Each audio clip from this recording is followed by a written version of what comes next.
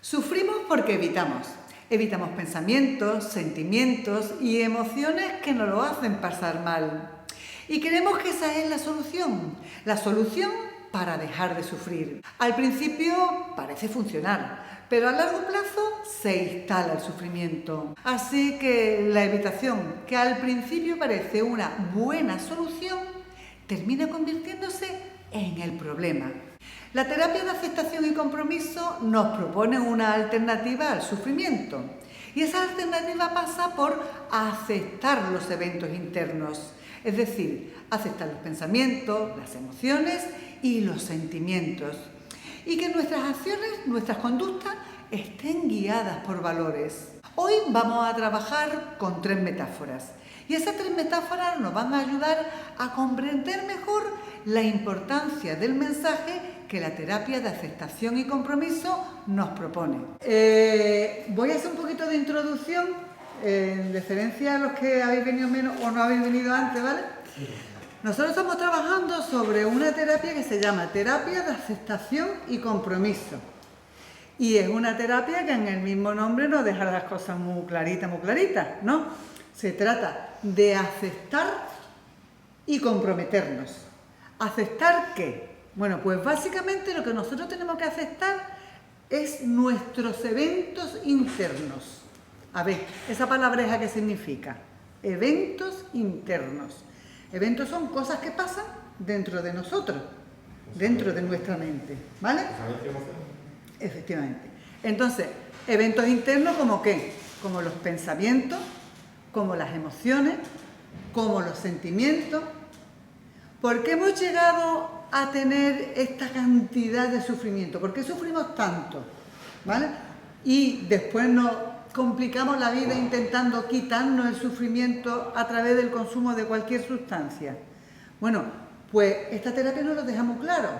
Nosotros sufrimos tanto porque lo que estamos intentando hacer con las drogas es evitar sentir esas emociones, esos pensamientos o esos sentimientos que nos lo hacen pasar mal, ¿vale? Hasta ahí se entiende, ¿no? Es decir, a mí me viene un pensamiento que me pone muy mal cuerpo, o me viene una emoción que me descompone, o un sentimiento igualmente que me lo hace pasar mal, y yo lo primero que hago es lo que pueda por evitar sentir eso. Y ahí algo que en principio lo hago como solución, lo que haga, bien porque me distraigo o consumo droga o cualquier acción que yo haga con tal de evitar sentir lo que estoy sintiendo, ¿no?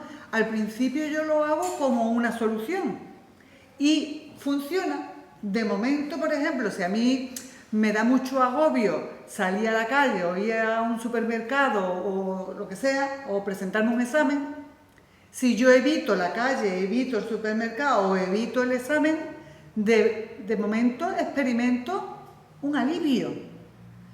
Es eficaz a corto plazo.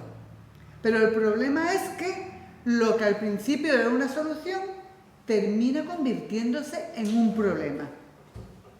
Y al final, ¿qué pasa? Pues si evito ir al examen, ¿verdad que estuvimos viendo los dolores de presencia y de ausencia, ¿no? El problema es que, además de evitar esas sensaciones desagradables de ir al examen, también evito toda la ganancia que pueda tener de haber hecho ese examen y que mi vida prospere, ¿vale? Entonces, más o menos de eso trata la terapia de aceptación y compromiso. Después hay muchos flecos, que es lo que hemos ido trabajando a lo largo de casi 20 sesiones que llevamos, ¿vale? Y que podéis recuperar entrando en Classroom y siguiendo sin problema el orden que vosotros, cada uno, podáis ir llevando, ¿de acuerdo? Entonces, hoy vamos a trabajar con 3 metáforas. La metáfora es un instrumento que utiliza mucho la terapia de aceptación y compromiso para explicarnos cosas que a lo mejor resulta muy difícil de comprender con la palabra, ¿no? Y entonces, utilizando las metáforas, que son una especie de comparaciones que nos permite comprender mejor esos conceptos, pues podemos entenderlo mejor, ¿vale? Bueno, pues vamos a ver la metáfora del polígrafo.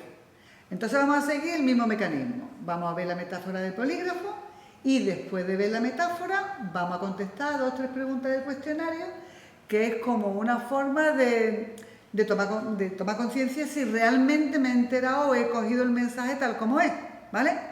Y si no lo hemos cogido, pues no pasa nada, pues nos daremos cuenta aquí y discutiremos sobre eso. ¿Verdad que no pasa nada? No pasa nada. No pasa nada. Lo digo yo, ¿eh? Lo dice. Bueno, pues venga, vamos. La metáfora del polígrafo. Supongamos que le conecto a un polígrafo superpotente. Usando este equipo de alta tecnología, puedo decirle si está experimentando incluso la mínima cantidad de ansiedad. Ahora imagine que le tengo totalmente conectado y le doy la siguiente orden.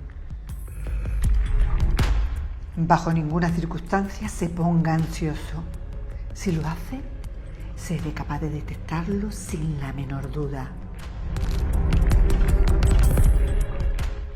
Ahora, con el objetivo de asegurarme de que usted está adecuadamente motivado, voy a desenfundar mi pistola de 9 milímetros y le voy a apuntar a la cabeza.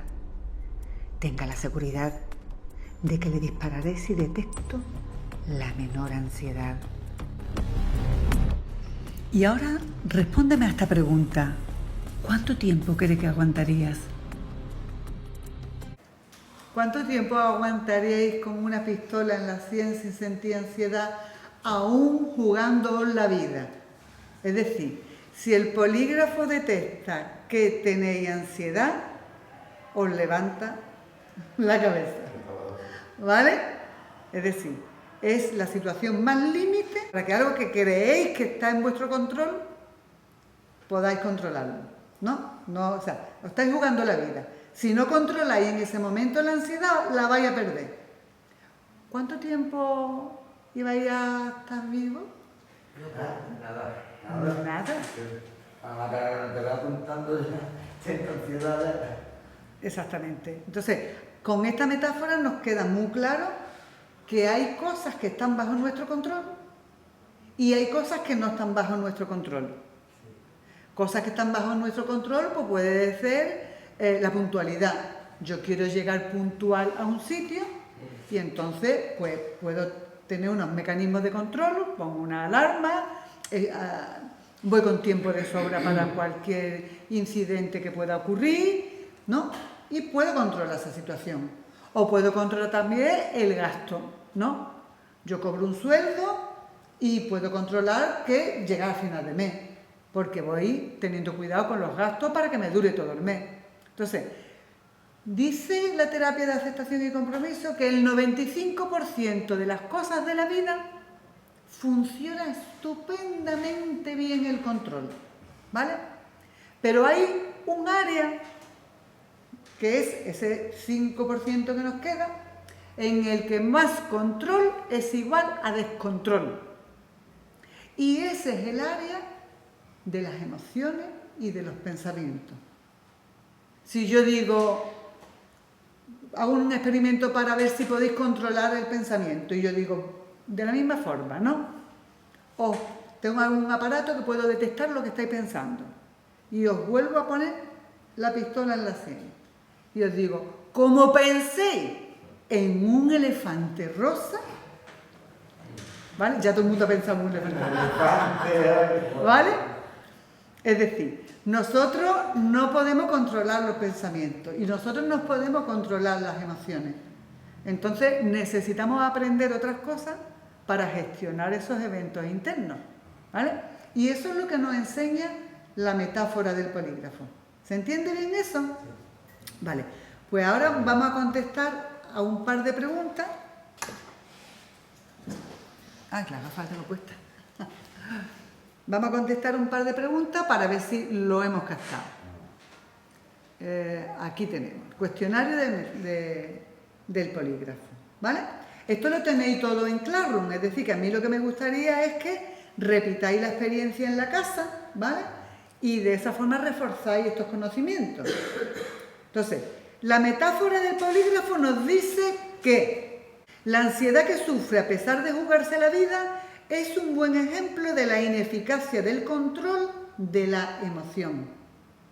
O la ansiedad que sufre a pesar de jugarse la vida es un buen ejemplo de que con más control no se sufriría ansiedad. ¿Cuál de las dos alternativas será la adecuada? La 1, que no se trata de control, ¿vale? Que eso de controlar, ¿no? Como mucho me decís, yo estoy fuerte ya, yo puedo controlar. No, tú no puedes controlar porque no, ¿vale? Además, aunque se pudiera controlar algún aspecto de nuestros eventos internos, de nuestros pensamientos, de nuestras emociones, ¿vale? El precio del control es tan caro que no merece la pena, ¿vale? Es decir, si, Maricarmen, me va a valer tú como ejemplo. Imagínate que esto es una puerta y yo quiero que bajo ningún concepto se abra la puerta. Hay alguien detrás, ¿vale?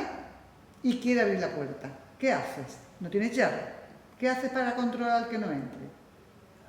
¿Qué hago para controlar que Para controlar que no entre. El que quiere entrar, ¿no? Y el otro está detrás. Sí, está detrás empujando, queriendo entrar. Y no queriendo entrar. Queriendo entrar, Y sí. no tiene llave. Y no hay llave. ¿Tú cómo haces para que no entre? Pues... Levántate. Venga, que va a entrar. va a entrar, Que va a entrar. No tiene llave, pero va a entrar, está empujando. Bueno, No, la que no tiene llave eres tú para cerrarla. Él vale. va a entrar, él va a entrar. ¿Qué hago? Pues forzar. Venga, tira, ponte. No, a ver. Te van a echar los guantes. Corta, me da igual, tengo repetido. Vale, tú empujas. Empujo, Vale, pero empuja. claro. Claro, pero ahora vete a recoger a los niños al colegio. No puedo, ya tengo. O vete a cocinar. Ya entra, por mucho Entra. que quiera Es decir, evitarlo. ¿no? Lo que quiero decir con esto es que si yo dedico mi vida a controlar, solo puedo controlar. No puedo hacer otra cosa. ¿Vale? Entonces una vida donde nada más que se está controlando, no merece la pena ser vivida.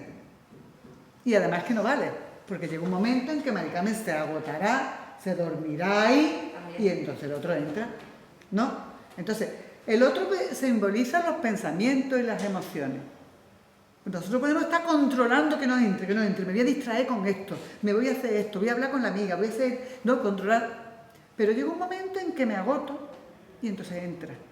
Y entonces entra y me coge en las peores de las circunstancias, me coge agotado. Con lo que la conducta que yo ejecuto, que sí entra dentro de mi control, no, yo sí puedo controlar mi conducta, al estar agotado no puedo ni controlar eso, porque me salen las peores de las conductas. También el cansancio, claro. Claro. El cansancio Y te agota. Claro. Entonces, tú le abres la puerta a los pensamientos, que entre lo que quiera, a las emociones, que pasen, a los sentimientos, que pasen, ¿vale?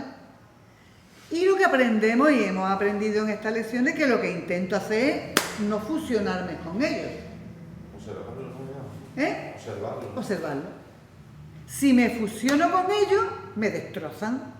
Porque si estoy diciéndome cosas terribles, mis pensamientos me están diciendo cosas terribles, y yo me lo creo a pie juntilla, me destrozan. Pero si yo aprendo a defusionar, es decir, a separarme de los pensamientos y observar los pensamientos como lo que son pensamientos y no la verdad, pues entonces puedo observar los pensamientos sin que me genere tanto sufrimiento, en la medida que yo sea mejor o peor defusionando, ¿no? Pues menor sufrimiento, hasta que me convierta en el experto defusionador o defusionadora del mundo, y entonces ya el sufrimiento pase por la calle de enfrente. Exacto. ¿Vale? La segunda pregunta.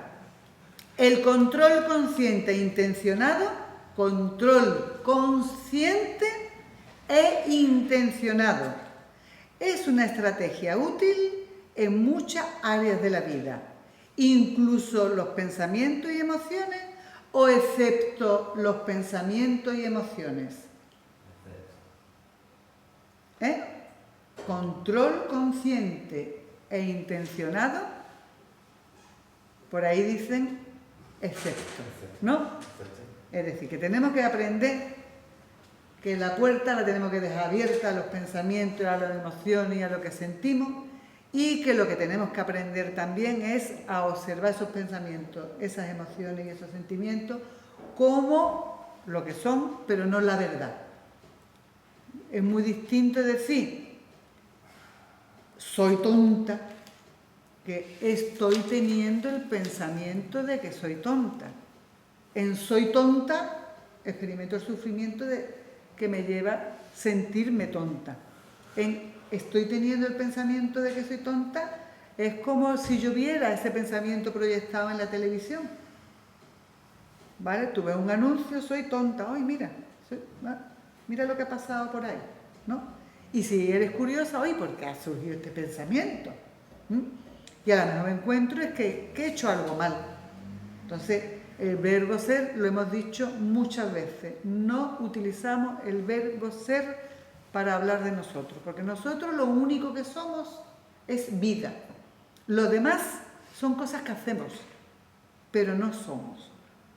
Porque no siempre soy tonta, ¿no? Hay veces que hago cosas mal y puedo decir, uy, qué tontería, ¿no? Pero eso no, una tontería no me hace tonta, ni hacer una cosa bien me hace inteligente. Entonces, ni soy inteligente, ni soy vida, y en mi vida hago cosas de una forma o de otra, ¿vale? Pues con esto hemos terminado la metáfora de la metáfora del polígrafo. Y ahora vamos a ver otra metáfora. Esta es la metáfora de la pantalla del ordenador, ¿vale? En la metáfora del polígrafo nos centrábamos en las emociones, ¿no? No podía sentir ansiedad. Y veíamos que con las emociones no había nada que hacer, ¿no? No podemos controlar lo que sentimos. Y ahora vamos a ver otro ejemplo, esta vez con los pensamientos, ¿vale? Suponga una persona frente a la pantalla de un ordenador. Está en su trabajo y en la pantalla aparece: eres una mala persona, no sirves para nada, volverás a fracasar. Esta persona rápidamente busca la forma de quitar aquello de la pantalla y lo consigue, pero queda pendiente de los mensajes del ordenador. Tan pronto aparece otro mensaje en la pantalla, rápidamente busca las teclas para eliminarlo, y así sucesivamente. Su vida es la vida de una persona pegada a la pantalla. Si los mensajes le gustan, se siente bien y se desentiende solo un poco de la pantalla, pero en poco tiempo vuelven a aparecer los mensajes negativos y vuelve a quitarlos. Siempre pendiente de las primeras señales que le anuncien un nuevo mensaje negativo, que cada vez son más insistentes y que terminan por limitar su vida, ya que es una vida sin vivir. Sin embargo, otra persona cercana a esta se ocupa de su trabajo y cuando surgen mensajes como estos, en vez de pegarse al teclado para buscar la manera más rápida de dejar de ver aquello, echa su silla hacia atrás y avisa a otros cercanos. Le dice que miren lo que dice la pantalla. No le gusta, pero prosigue con su trabajo. La pantalla va ofreciendo sus mensajes y esta persona no hace nada por cambiarlos. Simplemente surgen, los mira y solo lo toma en serio si son útiles para seguir con su trabajo. Y ahora quiero hacerte una pregunta. ¿A cuál de estas personas te pareces? El control consciente e intencionado es una estrategia útil en muchas áreas de tu vida, como por ejemplo controlar el gasto en tu economía. Sin embargo, hay otras áreas en las que el control consciente e intencionado es poco eficaz o incluso destructivo. En el campo de los pensamientos y emociones existe una regla que dice lo siguiente: si no estás dispuesto a tenerlo, lo tendrás. Bueno, ¿con qué persona os identificáis? Yo con la que quito los problemas. Deja de autoengañarte, que ¿Con igual qué? tan productivo, tan productiva no eres. ¿Qué tal? Espera, dime. Yo el que quita el mensaje. El que quita los mensajes, ¿no? No quiero Ahí está. hacer grupo. Y todo el rato nada más que pendiente a los mensajes, y tu vida se queda detrás, ¿no? Porque es lo mismo que la metáfora que hemos hecho antes con la puerta, ¿no? En este caso es un ordenador en el que tiene que estar atado al ordenador para que no aparezcan esos mensajes. Como antes era la puerta, que estábamos constantemente intentando que no entrara, ¿vale? Y entonces experimentamos un miedo a sentir que nos genera más sufrimiento que sentir lo que nos toca sentir, ¿no? Yo no sé si habéis tenido, por ejemplo, experiencias en la que habéis temido mucho algo que va a llegar, y al final cuando ha llegado dices, joder, pues no lo he pasado peor esperando que llegue, que después cuando ha llegado, ¿no? Pues con esto pasa igual. Si nosotros tenemos las puertas de los pensamientos, de las emociones y de los sentimientos abiertas de par en par, pues van llegando y nosotros vamos practicando nuestras técnicas de difusión, ¿no? Uy, mira lo que ha aparecido, uy, mira la emoción, uy, pues no me ha puesto los pelos de punta, pues no tengo frío, pues no tengo un calor aquí, ¿no? Fíjate tú, pues esta emoción tiene que ser rabia, porque yo estoy apretando la mandíbula. Si fuera miedo, estaría más retraída, ¿no? Y entonces, ahí estás tú observándote e incluso maravillándote de cómo se expresa cada uno. Es que uno puede maravillarse del funcionamiento nuestro. Eres consciente de cómo se expresan esas emociones que son molestas en el cuerpo, pero como has metido al observador interno y eres capaz de fascinarte de cómo se expresa cada emoción, cómo ha nacido esa emoción, ¿no? Cuando tú de pronto tienes una emoción repentina que tú no sabes por dónde te viene, en vez de centrarte tan solo en huir de esa emoción, lo que haces es ponerte tu gorro de explorador y seguirle la pista. Oye, si yo estaba hace un rato también, ¿a qué viene esto? Y entonces te pones a repasar cuáles son los estímulos externos y los estímulos internos que han podido facilitar la aparición de esa emoción, ¿no? Como yo cuento muchas veces en mi caso, ¿no? Que estaba escuchando la radio, ¿no? Y yo estaba tan contenta haciendo mi ensalada, preparando la comida, que venía recién casada, que venía mi marido, y de pronto empecé a temblar, un nudo en la garganta, una angustia, nada más que tenía ganas de llorar, y yo estaba sola en la cocina. ¿Qué me había pasado, no? Entonces, ¿qué es lo que me había pasado? Pues, en principio, me generó tanta curiosidad que empecé a repasar, vamos a ver, pero yo qué estaba haciendo, si yo estoy sola, yo qué estaba pensando, y no lograba captar lo que estaba pensando. Los pensamientos son muchas veces difíciles de darse cuenta uno, pero empecé a buscar estímulos que algo había pasado de fuera, ¿no? Y entonces me di cuenta que la radio estaba puesta. Y entonces empecé a pensar qué programa estaba en la radio. Y en ese momento descubrí que el programa que estaba en la radio era un programa que estaban hablando sobre el cáncer. Y al hablar sobre el cáncer, me vino rápidamente el pensamiento, los recuerdos, me vino todo el material que me había provocado esa descarga. Al hablar del cáncer, yo me había trasladado a unos años antes, estaba en una sala de espera, con mi madre temblando, cogiéndome la mano, y era cuando me habían comunicado que mi madre pues, tenía un cáncer terminal, y yo, claro, yo no estaba en la cocina esperando en ese momento a que mi marido llegara. No, yo estaba en una sala de espera dándome la noticia más terrible de mi vida, ¿no? Y cuando yo comprendí todo lo que había pasado, hice una respiración, digo, ya está, ya sé lo que me ha pasado. Y entonces pude poquito a poco recobrar mi calma, ¿no? Y tranquilizarme, ¿no?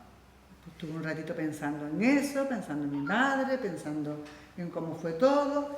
Y ya después dije, bueno, ahora ya me voy a dar vacaciones de pensar, me voy a centrar en lo que tengo que hacer. Entonces cuando tú recoges todo tu sentido y lo centras en cortar tomate, cortar la lechuga, etcétera, etcétera, ¿no? Pues, y te quedas muy tranquila. ¿Qué hubiera pasado si yo no hago si yo no me pongo mi gorrito de explorador y hago esa exploración sobre qué me ha pasado? O sea, no me genera curiosidad ese cambio tan radical de emoción.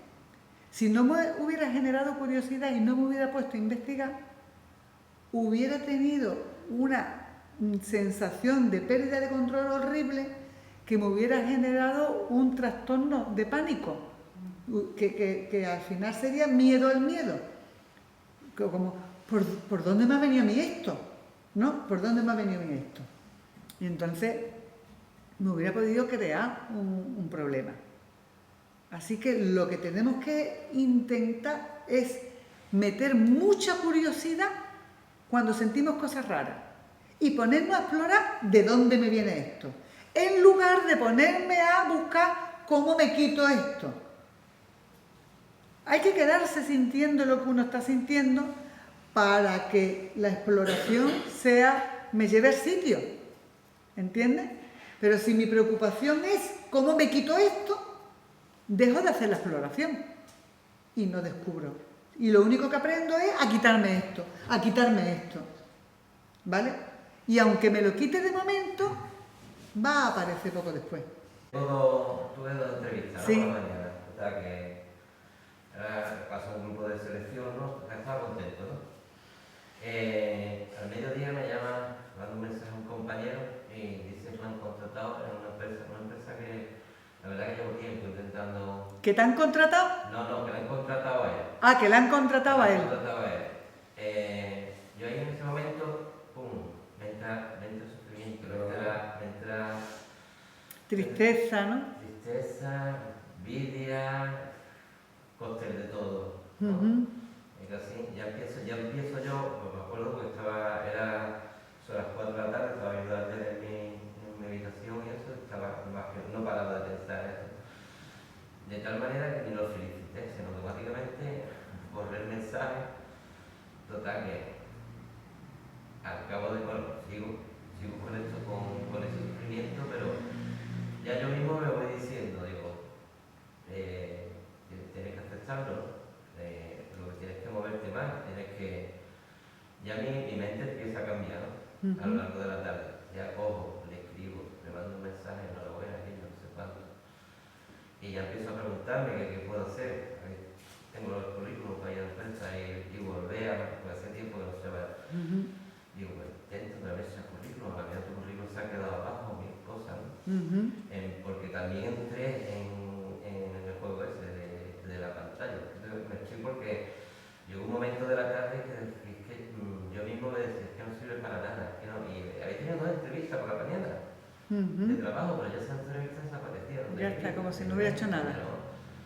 O sea, yo eso no... Entonces, y me acuerdo perfectamente de ayer que entré en sufrimiento por eso, porque es que yo mismo me decía que no vale para nada, que te vayas así, que al final otra vez de cabeza a la hostelería, que todo lo que ha hecho, me metí en un... Pasa que yo supe salir de... Supiste observarlo. Supe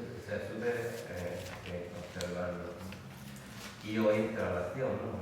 Ahora voy para allá, voy a echar el currículum de esa empresa, la verdad que... Claro. Una cosa importante que tienes que tener en cuenta es que llevamos con el hábito de machacarnos muchísimo tiempo. ¿Qué quiere decir eso? Que a lo mejor el hábito de machacarnos no desaparece. Y nuestra defensa es darnos cuenta. Es decir, que las cosas han ocurrido como han ocurrido. Y tú has empezado a machacarte, pero inmediatamente, en ese mismo día, que a lo mejor en otro momento te hubiera llevado a un periplo de problemas impresionante, ¿no? Tú en ese momento te has llevado un tiempecillo, unos minutos, no sé si horas, reponerte, pero lo has conseguido y has empezado a observar, no a creértelo a pie juntillas. Has empezado a defusionar y de ahí, gracias a hacer eso, has podido salir del sufrimiento. ¿Está muy bien explicado? Últimamente vienes, que cada sesión parece que damos en la diana contigo, ¿verdad? No, sí, pero que me hace gracia porque en las 3 últimas sesiones has puesto 3 ejemplos que están relacionados con... Ah, lo de verdad. ¿Verdad que sí? Sí. Digo, bueno, parece que quedo contigo yo todos los días para decir, hoy, ¿qué te ha pasado, pa? Muy bien. ¿Qué os parece la aportación que ha hecho nuestro compañero? ¿Os habéis sentido identificado con...? ¿Verdad que sí? Y ahora pregunto yo, la persona que no observa, Pues a sufrir. no, tampoco sufre. Bueno, eso ¿tú cómo sabes que alguien no sufre? Hombre, con la manera de actuar. Ah, no. Siempre hay sufrimiento. La manera de actuar no te dice nada. Los eventos internos son internos porque no se ven. Por ejemplo, las redes sociales. Esto lo lleva uno. Claro.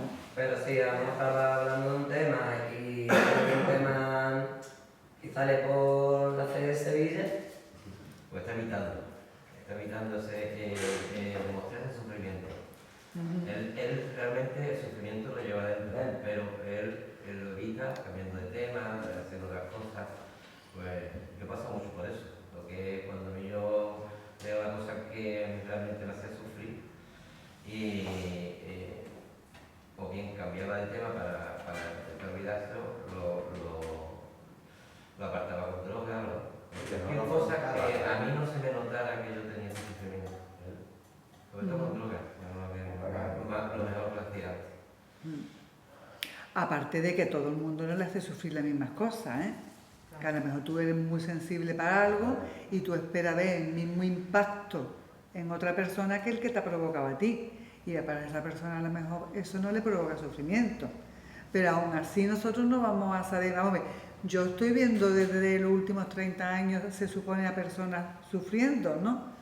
Pero yo no os pondría la mano en el fuego nunca para decir, a esta persona no le importa un pito esto. No soy capaz. Yo no... Hay personas que te lo expresan de una forma y hay personas que te lo expresan de otra. Y por eso precisamente son eventos internos, porque muchas veces están ocultos hasta para ellos mismos, ¿sabes? Y el trabajo es reflotarlo a la conciencia. Pues están reaccionando por cosas que ellos a lo mejor no se dan ni cuenta, ¿no? Sí, Muy bien. Yo he visto casos de personas en momentos así muy extremos y yo digo, ¿cómo puede estar así? ¿Cómo puede estar aquí? Y digo, pues será, a lo mejor cada persona tiene una manera de ver las cosas, yo qué sé. Claro. Porque es que parece que no está sufriendo, que no está sintiendo, que está hablando de, no sé, ante la muerte de algo. Mira, y hay también otro proceso que es la disociación. Exactamente. La disociación es que aquí está mi cuerpo, pero yo me he ido. ¿No? Y entonces, ¿eso por qué lo hace? Pues es un proceso que no es consciente y se hace porque de alguna forma hay algún evaluador interno nuestro que dice, esta no va a soportar sentir esto. Y entonces te saca de ti misma.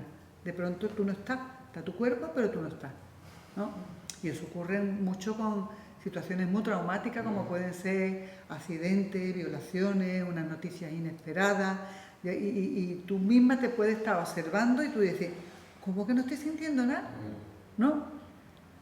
Y no estás sintiendo nada porque estás disociado. El nivel de sufrimiento es tan grande que no tu mismo organismo no te permite sentirlo, empiezas a secretar a lo mejor una cantidad de endorfina tremenda, ¿no? Para sedarte, ¿no? O cualquier otro neurotransmisor, porque si no, te morirías, porque nuestro cuerpo tiene mecanismos para protegernos.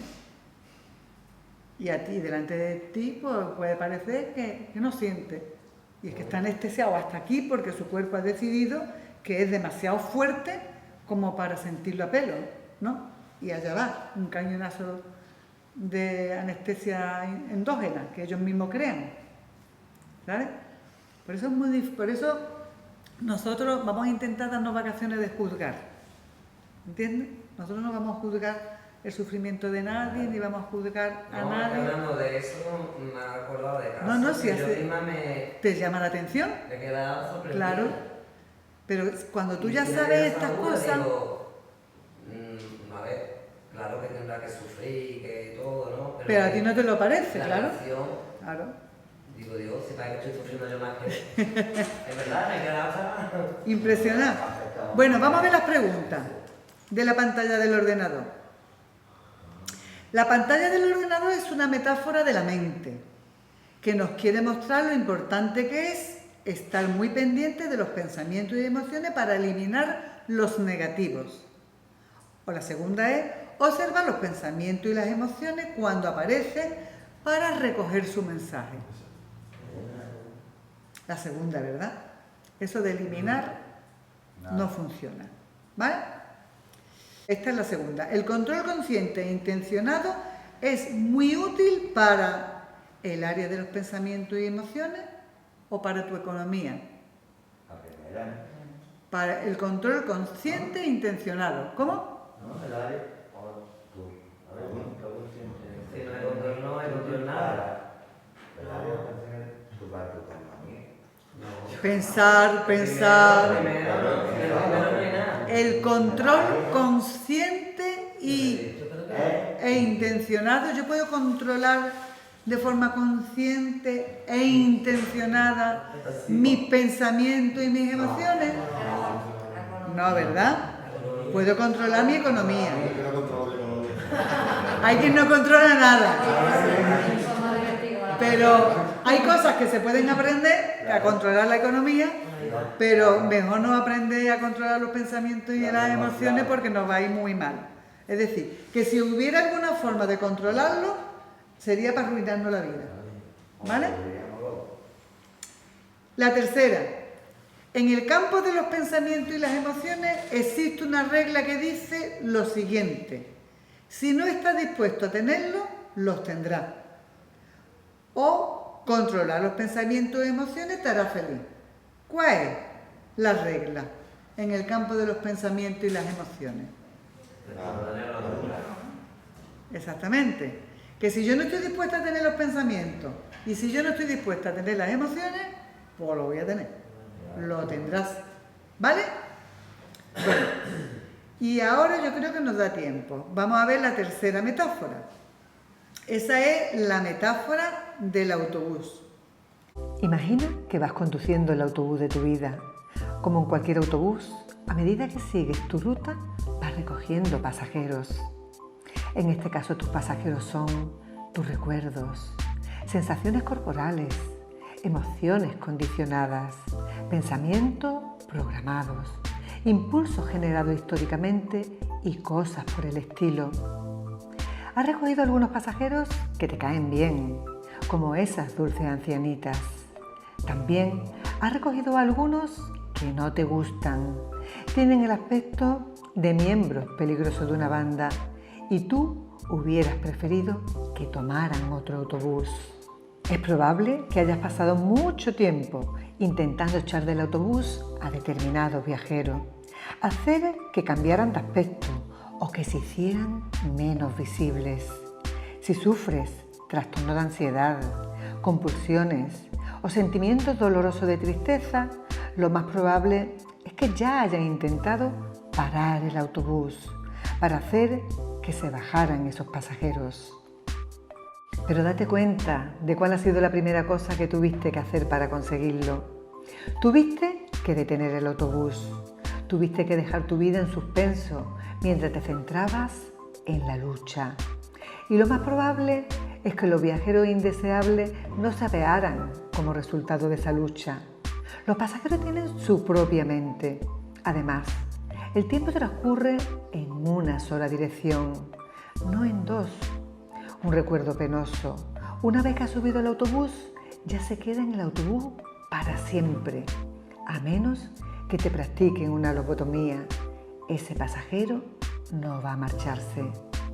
Una vez que hemos comprobado que nuestros viajeros sencillamente no van a apearse, como último recurso nos centramos en su aspecto y visibilidad.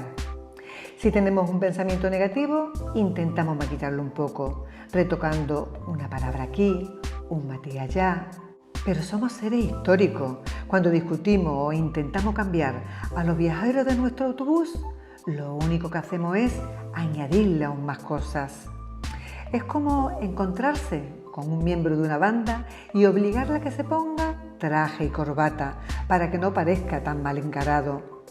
Pero en nuestra memoria, al final, el bandido sigue viviendo con su aspecto original, incluso aunque lleve traje caro y corbata. En el fondo, sabemos que no ha cambiado demasiado. Una vez que hemos agotado todas las posibilidades, lo que intentamos hacer es llegar a un acuerdo con los pasajeros del autobús. Procuramos que los más peligrosos se hundan en los asientos al fondo, con la esperanza de que por lo menos no tengamos que verlo demasiado a menudo. Tal vez hasta nos imaginamos que se han esfumado del todo. Inventamos formas de evitar saber que los viajeros que nos dan miedo siguen en el autobús.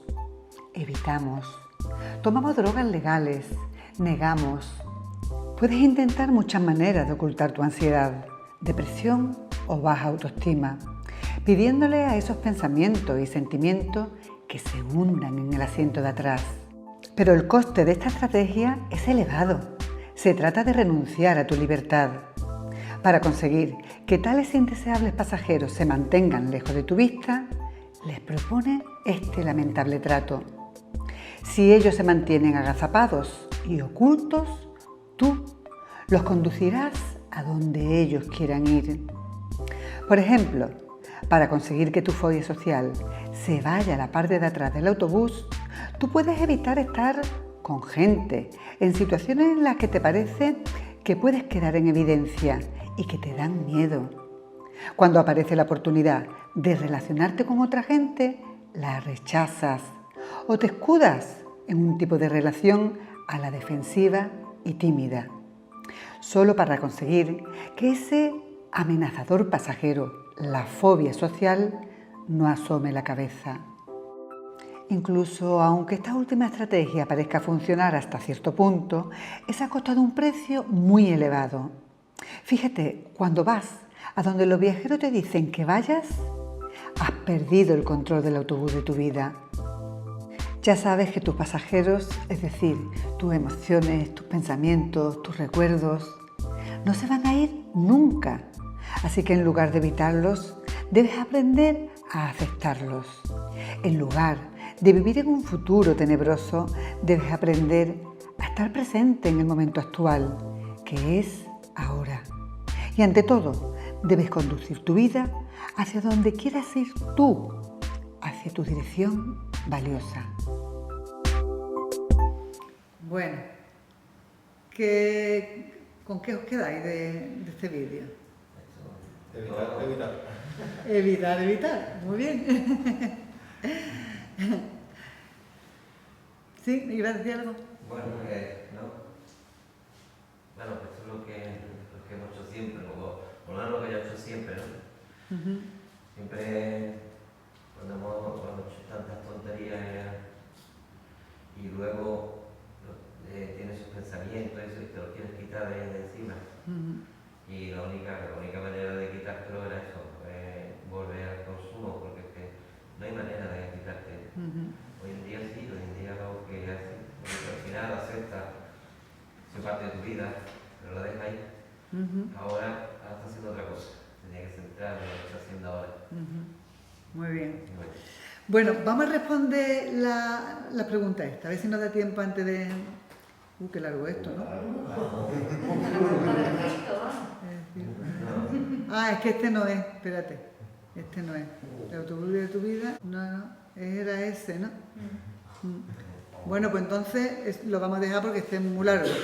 Lo que sí hay cosas interesantes que recalcar de este vídeo. Primero, los pensamientos, las emociones, las sensaciones, los sentimientos, las sensaciones aparte, porque cada vez, o sea, los pensamientos, las emociones, los sentimientos, los recuerdos no se van a ir nunca. O sea, nuestro sistema, en nuestro cerebro funciona por adición, es decir, por suma. Lo que entra no sale, ¿no? Si nosotros tenemos la expectativa de dejar de que algo desaparezca de nuestra mente, ¿no?, para poder retomar nuestra vida a partir de ese momento, pues lo tenemos perdido, ¿no? Lo que ha entrado no va a salir. Otras teorías psicológicas lo que dicen es que lo maquilles, que lo conviertas en algo positivo, que busque la parte, no tal. Bueno, ¿qué es lo que te dice ello? La terapia de aceptación y compromiso. Que eso es que tú no te vas a engañar, ¿no? Que al final es añadirle más cosas a esos pensamientos. Que lo ideal es saber que eso está ahí, ¿no? Que nosotros hemos estudiado, y los que no lo habéis visto esos vídeos lo podéis ver, que hay una serie de procesos internos que hacen un gran trabajo con todo ese material, como es, por ejemplo, habituación, extinción, ¿no? Habituarnos a que cuando tú esos pensamientos sabes que están ahí, que aparecen de vez en cuando, llega un momento en el que la capacidad de hacerte sufrir de esos pensamientos disminuye, porque de alguna forma son colegas tuyos, tú sabes que eso está ahí, ¿no? Y va reduciéndose el impacto. Si no me habitúo, no se reduce el impacto, pero si me habitúo a que de vez en cuando pueden aparecer estos recuerdos, estos pensamientos, estas cosas, pues esos procesos nuestros que nosotros tenemos de sanación interna van a facilitar que no sean tan dolorosos, ¿no? Entonces, y otra de las cosas muy importantes que dice el vídeo es que yo, como dice, puedes llegar a un pacto con esos pensamientos, con esas emociones, con esos recuerdos, para que se vayan al asiento de atrás y no te molesten. Pero el pacto consiste en ir donde ellos quieran, ¿no? Y pone el ejemplo de la timidez. Para no despertar la timidez, para no despertar la fobia social, pues voy a los sitios donde la timidez se siente a gusto, que es lejos de grupos, de personas, de actividades que me pueden hacer sentir esa timidez o esa fobia social. ¿Qué problema hay con eso? Con que la dirección de mi vida la marca la timidez.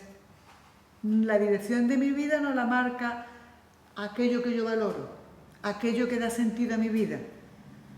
Si lo que da sentido a mi vida es cantar, y a mí me encanta cantar en un escenario, pero la timidez me dice, por ahí no, porque te lo voy a hacer pasar mal, y yo lo que hago para no sentir a la timidez es dejar mi dirección valiosa, pues lo que estoy dejando es mi felicidad. ¿Entienden? Entonces, yo debo aceptar sentir lo que me toque sentir y ponerme en dirección a las cosas que yo valoro. Y entonces van a ir apareciendo emociones que me lo puede... O sea, hago así porque yo me imagino en un camino, al final está la meta, aquello que da sentido a mi vida, y yo estoy aquí andando hacia la meta, y de pronto se pone un obstáculo, que puede ser esas emociones, esos recuerdos, esas sensaciones que me lo hacen pasar mal. Yo no puedo cambiar de dirección, porque si cambio de dirección, para allá estaba lo que me hacía feliz. Por evitar pasar por aquí, cambio de dirección y me quedo con una vida sin sentido. ¿Vale? Entonces, si estáis aquí y habéis hecho alguna vez ese movimiento, es el momento de pensar, ¿qué es lo que daba a mí? Antes de yo jugar a intentar evitar sentir lo que me toque sentir, ¿qué pulsión interna tenía yo? ¿Qué es lo que daba sentido a mi vida? ¿Qué es lo que me hacía levantarme por la mañana con ganas de levantarme? Recobrarlo, ¿no? Recobrar ese recuerdo, ese sentimiento y ponerlo nuevamente en el camino, pero con la decisión de sentir lo que os toque sentir. Y lo vaya a pasar mal. Bueno, pero es que lo vaya a pasar peor si os dirigís a una vida sin sentido. ¿Vale? Así que con esto y un bizcocho, hasta el miércoles a las 12. Nos vemos. Hasta luego.